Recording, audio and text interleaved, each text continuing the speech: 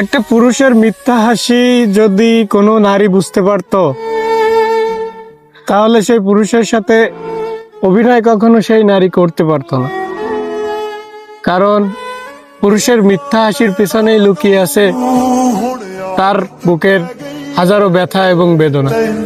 যে ব্যথা নিয়ে পুরুষ এই পৃথিবীতে থাকে, সে হাজার ব্যথার যদি এক টুকরো ব্যথা একটা নারীকে ভাগ করে দেওয়া হয়, তাহলে সে নারী যন্ত্রণায় প্রতিদিন মৃত্যুর মতো স্বাদ নিজের থেকে নিজের জীবনে গ্রহণ করতে চাইবে। কারণ একটা পুরুষ কখনো নিজের সংসারের হাল ছেড়ে অন্য কোনো কোথাও চলে যেতে পারে না। সে সবসময় চিন্তা করে যে আমি কিভাবে আমার সংসারটাকে এগিয়ে নিয়ে যাব, কিভাবে আমি আমার পরিবার পরিস্বজনকে সুখে রাখবো, ভালো রাখবো।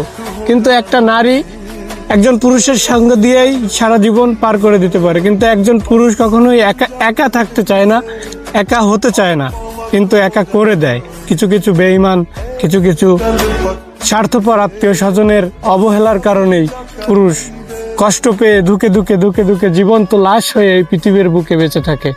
এটাই সত্য, এটাই বাস্তব।